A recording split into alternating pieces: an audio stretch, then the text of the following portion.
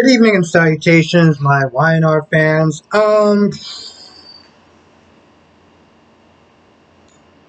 This episode was a bit of a mixed bag because there's scenes that work, and then there's other scenes where it just seems like it goes nowhere, literally nowhere. Um, I'm just sitting there thinking like, okay, so going off of the Victor and Adam scene, there's a lot that goes over my head because I didn't watch this show that long, and there's a lot of history with Adam and Victor, as far as Adam feels like he's, always, being second fiddle to the rest of his family. He's tired of being used. Um, he just doesn't like the way his dad treats him, and he feels like he's always trying to beg for his approval. I can't attest to any of that because, again, I haven't really been watching the show that long. But it seems like Victor is like, what do it seems like every time he talks about something, he brings up something about how he feels. It's like Victor brings up something and it makes it seem like what Adam is saying is just not that big of a deal. Like I don't want to say he's downplaying it, but it's like he's looking at him like I gave you everything that you wanted and I've always had your back and you're acting like some sort of petulant 12-year-old. Um, Now he did sit there and make sure with Victor and with eventually Victoria and Nick that Sally still she got to keep her job, and he still snitted telling both of them that listen, things didn't work out, but I don't want her to be punished professionally because she's good at her job. Um, yeah, exactly. So after that talk that he had with Victor, well, the thing is, he did bring up Adam. He did bring up Ashley. And, he's like, you practically poked the bear. You and Victoria poked the bear, and y'all seem like everything is cool. Like getting him arrested for seeing the sun, setting him up and everything like that. And Victor doesn't seem like he's phased. He's just like, yo, listen, let him come. I don't care what he does. I'm gonna take his ass down. He came to the wrong city. Okay, he needs to just pack it up and just go somewhere else. Like I don't care. Adam feels like he's just not taking him seriously. So he goes to talk to Nick and Victoria to again make sure that Sally got her job. And tells Victoria that, yo, listen, just so that you know, Ashley's not taking his line down. This whole and he does actually point out just how messed up that, you know, um setting him up to get arrested just for seeing, his son was just crossing the line. And of course, Nick and Victoria's like, hey, we ain't have anything to do with that. I mean, what happens, happens, whatever. He did let them know. Well, he did let Victoria know, listen, despite our differences that we have, like, Ashley wants blood. Like, he literally tore up his room and everything like that. He actually said that the look and the tone that he had gave Adam chills. You really need to like be careful. And when I really thought about it, I'm like, yo, you gotta strip him away from everything. His son, business wise.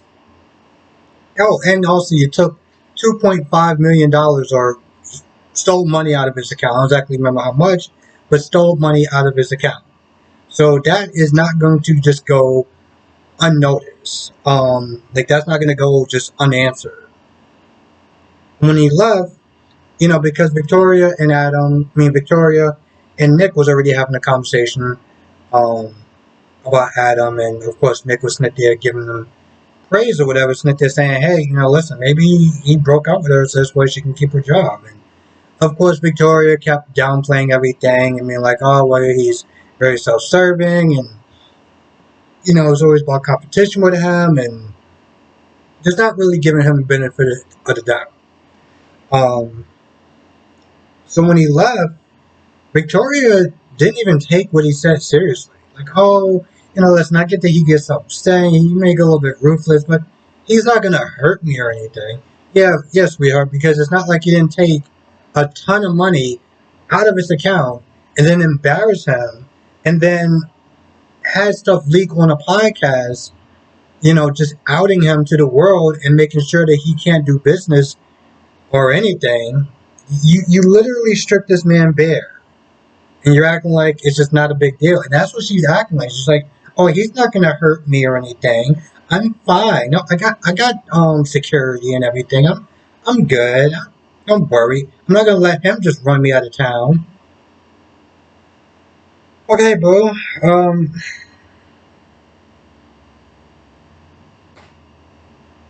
I don't know if that's just arrogance or just she doesn't strike me as somebody that's stupid, but I feel like she is just being stupid about it. And of course, Noah calls Nick, so he heads over there, and she's like, "Oh, I'm just gonna take a walk in the park. It's a nice day. Hey, hey, hey, we got security. We're gonna be fine." So after she gets off the phone talking to someone, and she knows that it's just really quiet. She's getting, I don't know, I guess the heebie-jeebies, or maybe she's actually starting to take what he says seriously. Here's the thing. Maybe it's a combination of both. Maybe she was just putting on a front to not let anyone know how scared she is. Because when she got off that phone, she looked around like got really nervous and hell actually started running out that park. And of course, towards the end, guess who shows up late for the class? Ashley. And this man looks pissed. And to be fair, if somebody took a wad load of money out of your account, I'm pretty sure you're going to be upset. I still can't believe. I mean, granted, technically was the family's, but it seemed like she might have took a little bit more than just what the family gave him. And on top of that, you took money out of his account. Yeah, he's going to be real angry. That's the look of a man who is angry, who is stripped bare, and who has, well, practically nothing left to lose. She's just, for some odd reason, not taking any of that seriously. I should tell you the truth, I thought the conversation between Ashlyn and Allie was just somewhat pointless. I mean, all Ashley tried to do was tell Allie, yo, you need to sit there and watch out for Diane. She's dangerous. I don't want you being hurt. I don't want you being used, manipulated. And, Allie's like, listen, I get it. You got a history with her that I know nothing about.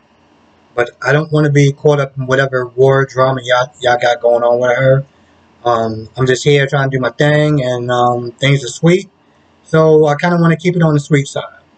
Um, she did sit there and say, listen, I'm not going to be manipulated by her, by Diane or her. Like, she's not going to get recruited in whatever sort of vendetta that, they got against Diane. She made that very clear. She did apologize for that later on. Maybe her tone or whatever, but I was like, you don't really have anything to be apologizing of. Like, it seemed like she was really fishing to make sure that you're going to be on team, whatever their team is, you're going to be on their team and not Diane. And she was like, I want no parts of it. So there's nothing to be apologetic for.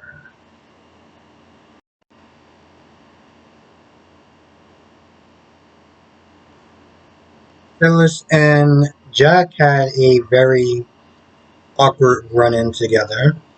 Um, the whole thing was just really awkward. And, when I was sat there watching it yesterday, and this is just my thoughts, what I got from it, it seemed like she trashed the relationship with Jack to get back at Diane. And it made it seem like she didn't love Jack enough to sit there and be like, just to try to, I guess, accept her or at least kind of broker some sort of truce. Because I don't think that's what Jack wanted. Like, Jack didn't want them to be best friends or anything like that. But I guess he felt like, and this is just my guess, for the sake of the family, how about we just, you know, put a pin in whatever y'all two got going on? And Phyllis just didn't want to do it. Now, I saw a little bit of the conversation she was having with Nikki and Summer. And I'm going to be honest, this whole conversation was just, I don't even know how to describe it. It wasn't just stupid, but it was something else, though. And this was a conversation where, Summer was going to explain it to Nikki, hey, listen, Phyllis is just going to chill on on the revenge thing because, we're kind of asking them to, keep a truce or whatever, and she's doing it for me and things of that nature. And Nikki acted like Summer wasn't even next to her. Nikki was like, "So you just gonna sit there and tell me you just okay with that?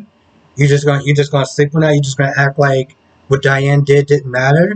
You're not gonna let that get you angry or anything like that?" I'm like, Summer is right there. She literally just said that there's a truce, and she's doing what she can to not make sure that she breaks the truth. But for whatever other reason, Nikki was like, "Nah, you can't just let that ride." And that's when Phyllis was like, yeah, no, you're right. I don't like her. Yeah, I never liked that bleepity bleep bleep. Okay? And I'm just like, why do you let her rile you up like that? Now, I admit that it's never good to sit there and hold things in. If you really don't like somebody and you're that emotional about it, maybe you need to sit there and change course. But, I guess that's just their whole position. Um, They do wind up meeting up later on because Lily comes in, another person that's somewhat late to the class. She comes in, and long story short, she wants to buy Phyllis Hotel. And, Phyllis is like, I don't want to sit there and sell it because it's not just about money to me. This is more than money. This is, a slap in the face of the town that didn't think I was going to mount up to anything. So it was more than just money, which, to be honest, Lily gave her a lot of money. And I'm not gonna lie, the way she was not there talking to Lily, it almost seemed like she was. I couldn't tell if she was upset, she was insulted, maybe because she was probably still a little emotional about, from talking with Jack earlier. Or she just had way too much wine. Like the way she was talking, like, I don't know, the way she was talking, it just seemed like her face, her body language, the little head bopping thing, it was like, is she drunk or is she just annoyed at her? I generally couldn't tell. And please tell me, I'm not the only person that saw that. Um, but she did run up running into Jack again. Jack has some business at the hotel, and she wanted to get his perspective on business or whatever as far as the deal. And he looked at it and he was like, "Hey, listen, she's giving you way more money than market value. You're not going to get that anywhere else."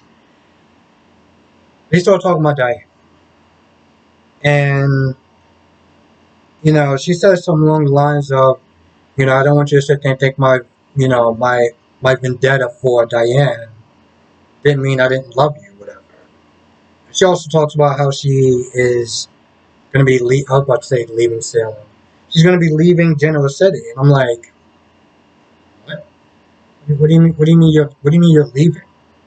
You can't leave. It's just getting good now. What are you talking about? You leave? You're not leaving. She really leaving? Like, I'm asking a legitimate question. She actually thinking about leaving, or does anyone know anything that I don't as far as the actress leaving?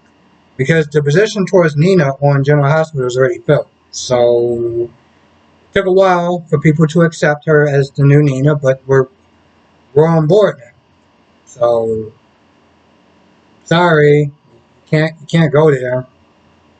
Maybe she can go there as another character, which would be really stupid, but whatever. Um so yeah, there's that.